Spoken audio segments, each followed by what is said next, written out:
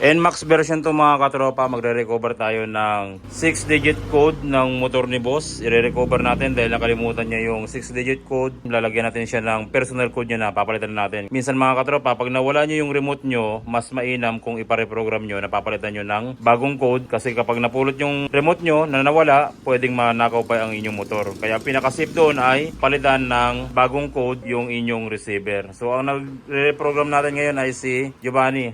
Siya yung magre-reprogram ng receiver ni boss at ilalagay niya muna yung mga wire ng ating iFrag. Pagkatapos niyan, i-recover natin sa laptop.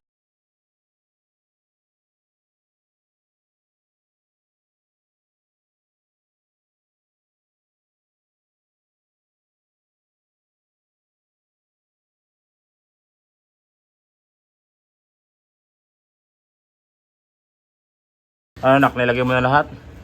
Nilagay na lang. Double check. Tama naman yung kanyang diagram. Okay na? O, so ilagay mo na yung ano, iFrag. Ay, ito yung module ng iFrag.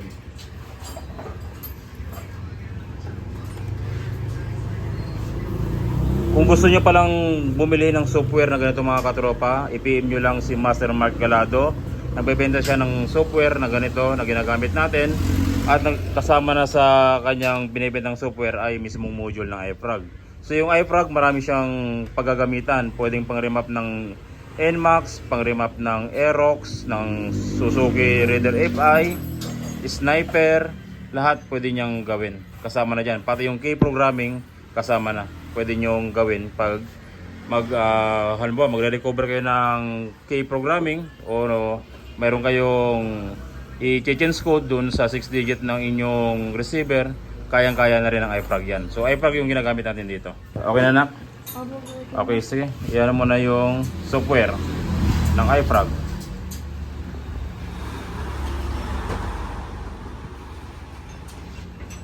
So ito yung lumang code ni boss, 856615. Ayan yung ano mo boss, yung lumang code mo.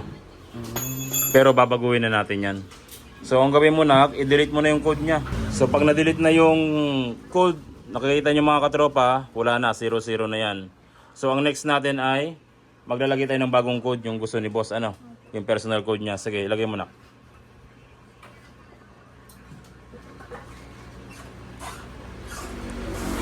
So napaka-importante mga katropa na yun. Dapat tama yung diagram nyo doon para mapasok natin yung mismong loob ng memory ng ating receiver.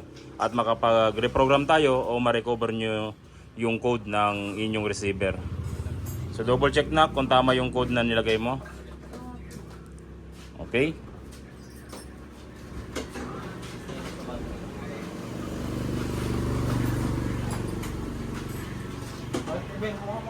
Okay na. So ayan na yung code ni boss, no? Hindi na natin papakita yan. So pagkatapos yan, anong gagawin na? I-unplug na.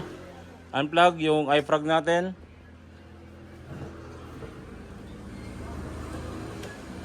Tapos yung wire, tatanggalin mo na isa-isa yung hinang niya. Ano? Pagkatapos niyan, subukan na natin sa motor ni boss, ha?